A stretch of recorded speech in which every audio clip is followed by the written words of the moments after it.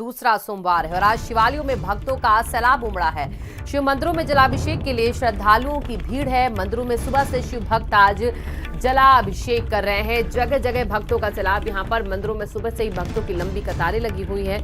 सावन के दूसरे सोमवार में भक्तों का उमड़ा सैलाब। शिव मंदिरों में जलाभिषेक के लिए श्रद्धालुओं की भीड़ लग रही है और तस्वीर देखिए आज सुबह से ही सामने आ रही है। यहाँ पर कांवरिये जो हैं वो दूर दूर से पहुंच रहे हैं अपने कांवड़ लेके बाबा भोलेनाथ को चढ़ाने। तो वहीं अलग अलग शहरों में, अलग अलग जिलों में, मंदिरों में, शिव मंदिरों में भक्तों का सुबह से ही तांता लगा पहुंचने का। यहाँ पर शिव भक्ति में यहाँ पर लीन भक्त नजर आते हैं यहाँ पर। और इसी के साथ सावन के दूसरे सोमवार के दिन सुबह से ही भोले बाबा का जलाभिषेक, दुग्धाभिषेक करने के लिए भक्त जो है वो मंदिरों में पहुंच रहे हैं। आज मंदिरों में भक्तों की लंबी कतार, लंबी लाइन आपको नजर आएगी, जहां पर आज सुबह से भक्त भोले बाबा को प्रसन्न करने के लिए उन पर बेलपत्र, दूध, जल, गंगा जल चढ़ाने के लिए पहुंचते आपको नजर आएंगे। तस्वीरों में तस्वीर देखिए सुबह से यहाँ पर काशी विश्वनाथ मंदिर से लेकर तमाम जगह, वाराणसी से लेकर लखनऊ से लेकर अलग अलग जगहों पर तस्वीरें जो है आज भगवान की भक्तिमय में डूबे भक्तों की नजर आएंगी आपको। आज सुबह से भक्त जो हैं शिवालयों में पहुंच रहे हैं, जलाभिषेक कर रहे हैं और रुद्राभिषेक भी कर रहे हैं।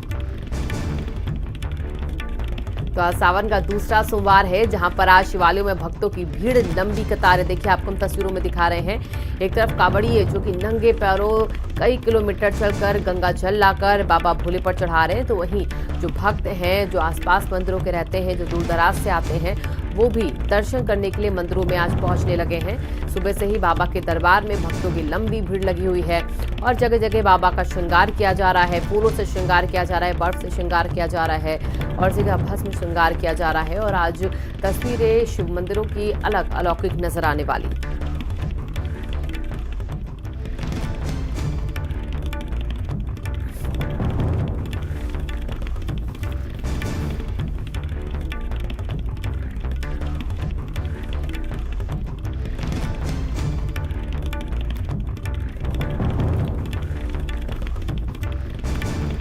और हमारे संवाददाता संजय, हमारे अलग अलग जगह से संवाददाता जुड़ चुके हैं ज्यादा जानकारी के साथ। सबसे पहले चलेंगे फिरोजाबाद, जहां से जितेंद्र हमारे साथ जुड़े हुए हैं। जितेंद्र, आप भी शिव मंदिर के बाहर ही मौजूद हैं। आज वहां की तस्वीरें कैसी? सुबह से भक्त वहां पर भी पहुंच रहे होंगे आज।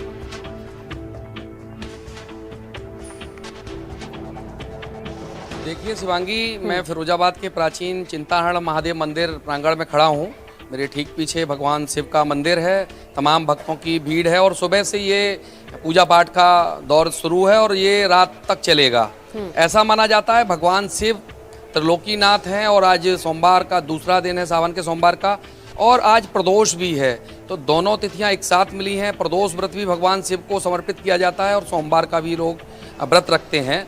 भगवान शिव के पूरे स्वरूप का वर्णन किया जाए तो हर एक स्वरूप में कहीं ना कहीं जन कल्याण की बातें छिपी हुई हैं। भगवान शिव शंकर ने जटा में गंगा को स्थापित किया है, वो भी जन कल्याण के लिए है। भगवान शिव के जो हाथों में त्रिशूल है वो तीनों गुणों को दर्शाता है। तमोगुणी, सतोगुणी, रजोगुणी, ये गुण हैं भगवान शिव के उस त्रिशूल में। भगवान शिव के त्रिशूल के साथ जो डमरू स्थापित है वो शब्द की उत्पत्ति हुई है। जो हम लोग शब्द को इस्तेमाल करते हैं बोलने में, पढ़ने में, लिखने में, वो शब्द सबसे पहले भगवान शिव के उस डमरू से निकला हुआ है और तब उसकी हम लोगों ने स्तुति की और तब आके हम लोग रोज़मर्रा की ज़िंदगी में उनको समय समय पर उपयोग में लाते हैं। साथ ही जो वासुकी नाग भगवान शिव के गले में जो देखते हैं अधिकांश मंदिरों में, वासुकी नाग जो भगवान शिव के गले में विराजमान है, वो भी समुद्र मंथन के दौरान उस वासुकी नाग की जो रस्सी बनाई थी और उसके जो पूरे शरीर पर जो स्थान पड़ गए थे, पूरे शरीर जब पीड़ित हो गया था, तो भगवान शिव ने उन्हें वरदान स्वरूप अपने गले में ग्रहण करने के लिए उनको ले लिया था। तो भगवान शिव के प्रत्येक स्वरूप का वर्णन, प्रत्येक चीज का वर्णन भक्तों के जल कल्याण के लिए जुड़ा हुआ है। मेरे पीछे चिंताहरण महादेव का मंदिर है। मैं सहयोगी राहुल उपाध्याय से कहूँगा दर्शन कराएं। भगवान शिव के जलाभिषेक के दर्शन हैं। तमाम भक्त सुबह से यहाँ आते हैं। बेलपत्र, भांग, धतूरा, दूध, जो जैसी वस्तु भगवान शिव को भक्त के द्वारा अर्पित की जाती है, उस हर एक वस्तु का भगवान शिव भक्तों को फल देते हैं। द्रव्य के रूप में लोग दूध चढ़ाते हैं, बेलपत्र चढ़ाते हैं। ऐसा माना जाता है बेलपत्र शांति का प्रतीक है। धतूरा जो है सबसे ज़्यादा विषैला होता है, भगवान शिव ने उसे ग्रहण किया।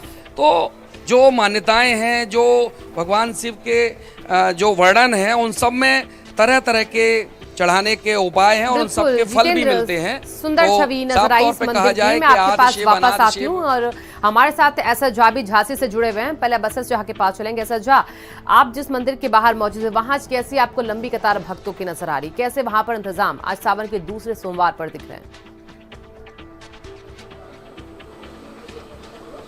देखिए, मैं आपको बता दूं कि झांसी में मणिया मंदिर, महादेव मंदिर है।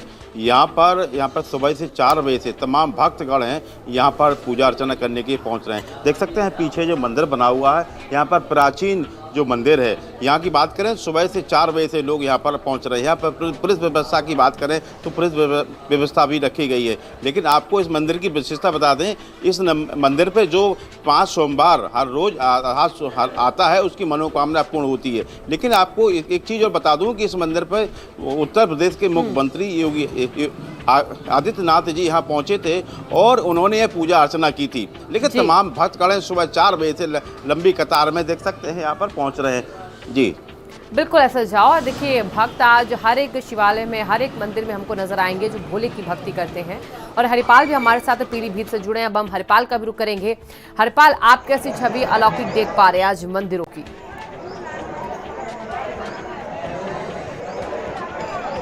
देखिए, बिल्कुल शिवाजी, आपको बता कि सावन का दूसरा सोमवार है और ये सोमवार इसलिए भी बेहद खास है क्योंकि प्रदोष का व्रत भी है और सावन का दूसरा सोमवार इस वजह से भी जो कांवरिये भोले के भक्त हैं वो आज 4 बजे से इस मंदिर परिसर में लगातार लंबी लंबी कतारों में लगे हुए। बाकायदा भगवान भोले को दूध और दही, धतूरा, भांग और गंगा जल, रुद्राभिषेक, तमाम जो चीज़ें ऐसी हैं जिससे भगवान भोलेनाथ को खुश किया जा सकता है, उससे लगातार जो भक्त हैं, भोले के भक्त हैं, कांवरिये हैं, वो लगातार प्रयास कर रहे हैं। इस वक्त हम पीलीभीत का जो 25 दशक पुराना मंदिर है, गौरी शंकर मंदिर, वहाँ पे खड़े। तमाम देखिए कांवरिया आए, तमाम हजारों की संख्या में जो कांवरिया यहाँ पिछले 4 बजे से जो भोले के भक्त हैं, कांवरिया, उनकी लाइनें लगी हैं और हजारों की संख्या में इस मंदिर पर जो श्रद्धालु है, जो भक्त है, जो कांवरिया, वो इकट्ठा होते हैं। आपको बताएं कि पीलीभीत में जो कांवरिया भोले के भक्त हैं, वो तकरीबन 200, 250, 300 किलोमीटर से गंगा जल ला करके और अपने गंतव्य पर पहुँचते हैं और यहाँ भगवान भोलेनाथ को अभिषेक करते हैं। तो ये इनकी मान्यता है।